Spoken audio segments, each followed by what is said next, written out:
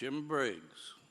Thank you very much, Mr. Speaker. And will the sponsor yield? Sponsor yields. I think this is an appropriate time to ask about this, and I'd given you a heads up on it.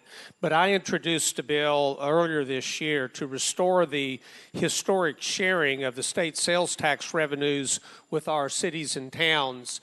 60 years ago in the 1940s, that revenue sharing was put into place, and during the budget crisis in 2002, it was suspended when the state portion of the sales tax was increased from 6 cents to 7 cents.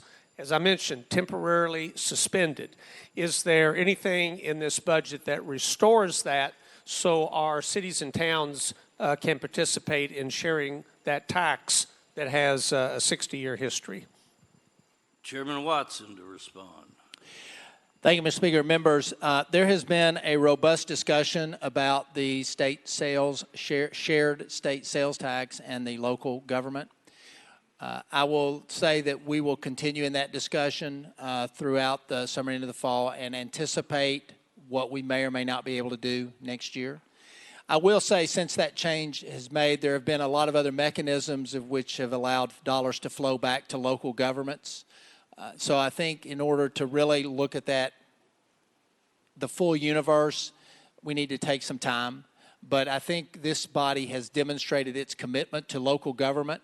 If you look at the funds that we are sending back today in this budget, if you look at the commitments we made in prior budgets, $100 million for roads in 2 consecutive budgets, we have shown a willingness to work really very closely with our local governments, and I anticipate and expect that we will do that next year as well. And that will be one of the many items that we'll be taking up as it affects the local governments.